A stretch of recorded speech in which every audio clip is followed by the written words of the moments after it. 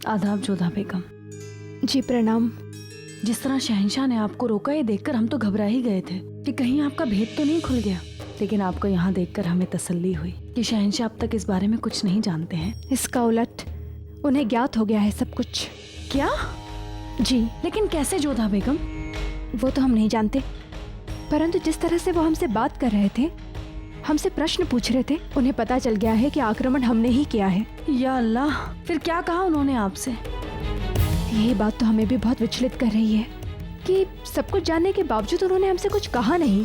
ना तो हमें डांटा, ना हमें दंड दिया, ना ही हमसे क्रोधित हुए। बस हमें चले जाने के लिए कह दिया। हो सकता है वो आपको सजा ना देना चाहते हो जोधा बेगम। परंतु वो ऐसा क्यों करना चाहेंगे? हो सकता है जोधा बेगम वो आपसे छोड़िए सलीमा बेगम, महत्वपूर्ण ये नहीं है कि उन्होंने हमें दंड क्यों नहीं दिया। महत्वपूर्ण ये है कि अब सेना चौकन्नी हो जाएगी। अदगाजी शहंशाह को अकेला नहीं छोड़ेंगे। चारों तरफ से शहंशाह सेना से घिरे रहेंगे और ऐसे में बेनजीर अपने लक्ष्य में सफल नहीं हो पाएगी। ये तो खुशी की बात है ना जोधा बेगम कि बेनजीर अब शहंशाह से दूर रहेगी। परंतु अधिक समय तक नहीं, बहुत जल्द बेनजीर नई चाल चलेगी। सलीमा बेगम, हमें कुछ करना होगा। इससे पहले बेनजीर अपनी नई चाल चले, हमें उसका असल चेहरा सबके सामने लेकर आना होगा।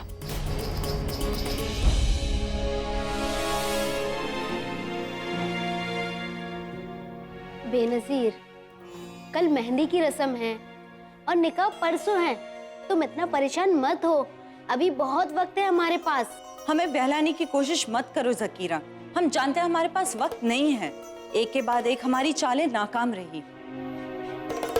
इस बार सबसे अच्छा मौका था, वो भी किस्मत ने हाथ से छीन लिया।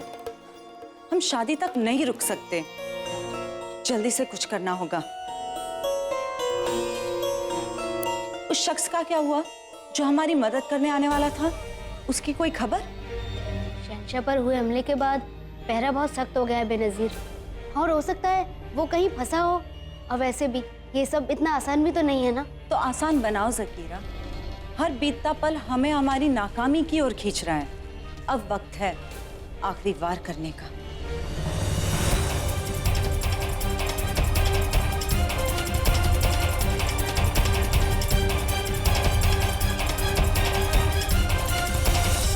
अंतिम प्रहार। अच्छी कल्पना है, परंतु जब तक हम जीवित हैं, तुम अपने उद्देश्य में कभी सफल नहीं हो पाओगी बेनजीर।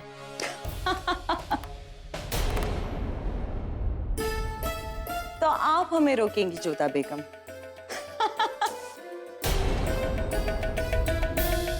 देखा ज़कीरा, ये हमें रोकेंगी। मगर एक बात तो कबूल करनी होगी कि आप में बहुत हिम्मत है। एक विषकन्या के कमरे में इस तरह अकेले आ गई। राजवंशी है, हमें भय लगता है तो केवल अपनी मानहानि का, और तुम्हारी तरह छिपकर वार नहीं करते हैं। यदि सर्प भी सामने आकर आक्रमण करे तो उसका भी सर कुचलना जानते हैं हम, समझी? और ये गलती करते वक्त सांप आपको डस ले तो?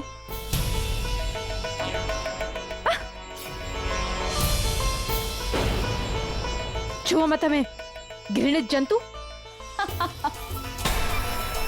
घृणित जंतु यानी गलीज जानवर। कमाल है, बेगम इस गलीज जानवर से नफरत करती है और शहंशाह इसी गलीज जानवर पर मर मिटे हैं।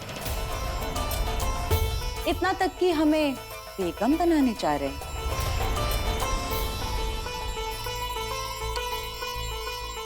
और आपके शौहर अपनी इस मौत को गले लगाने के लिए बेकरार है जोधा बेगम।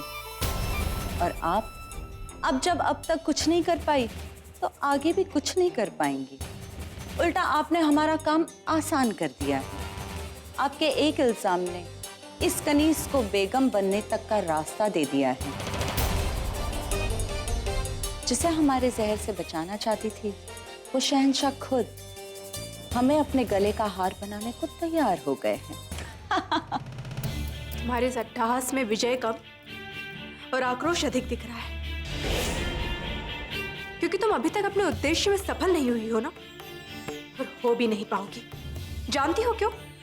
क्योंकि इस संसार का एक अलिखित नियम है, बुराई पर अच्छाई की जीत होती है। तुम चाहे जितना भी प्रयास कर लो, तुम्हारा असल चेहरा हम शीघ्र ही सबके सामने लेकर आ जाएंगे और फिर तुम उसी तरह कुचली जाओगी जिस तरह किसी विषैले सर्प का फन कुचला जाता है।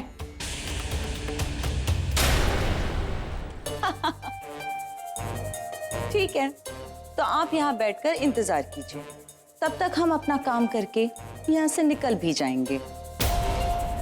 इस नागिन का फन कोई नहीं कुचल पाएगा, लेकिन हाँ, आप सांप निकल जाने के बाद लकीर पीटती जरूर रह जाएंगी।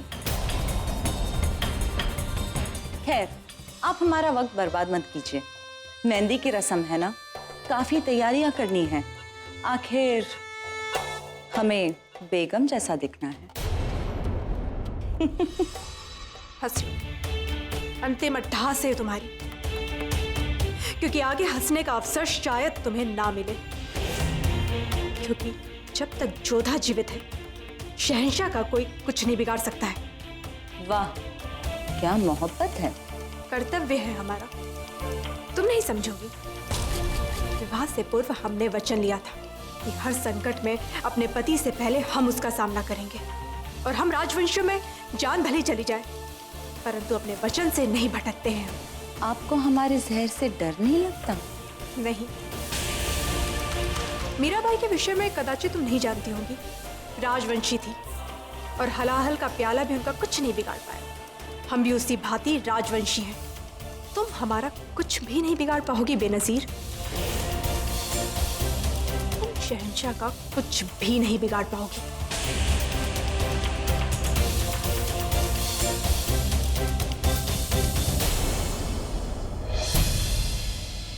अगर ये हमारी आखिरी हंसी है तो अपनी मौत से पहले तुम्हें डस कर ही जाएंगे जोधा बेगम। देखा ज़कीरा, हर बार शिकस्त खाकर भी हार मानने को तैयार नहीं। जाओ ज़कीरा, कैसे भी उस शख्स से हमारी मुलाकात का इंतजाम करो जो हमारी मदद करने वाला है। अगर वो महल में नहीं आ सकता तो हम उससे मिलने बाहर जाएंगे। हुजूर, इजाजत हो तो आपकी जख्म पर मलहम लगा दूं? रहने दीजिए हकीम जी, हम जड़ी बूटियों से औषधि बनाकर ले आए हैं। पिछली बार भी इसी औषधि से शहंशाह के घाव शीघ्र भर गए थे।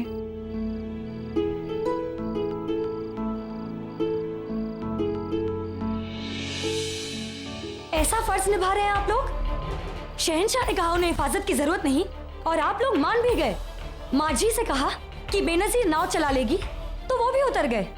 अगर उस नाव में नहीं जा सकते थे तो किसी और नाव में चले जाते उनके साथ। ये सब क्या मजाक हो रहा है? तुम बताओ, अब तक कोई पकड़ में आया?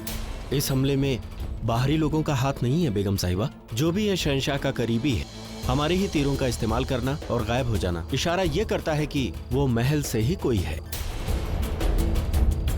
ठीक है, अगर ऐसा ही है तो आप लोग सब आज से शहंशाह की परछाई बनकर रहेंगे। हकीम साहब से क्या दुश्मनी है आपकी? कभी भी उन्हें उनका काम नहीं करने देती। वैसे ये भी एक टेढ़ा सलीका है आपका। खुद घाव देती हैं और खुद दवा लगाने आ जाती हैं।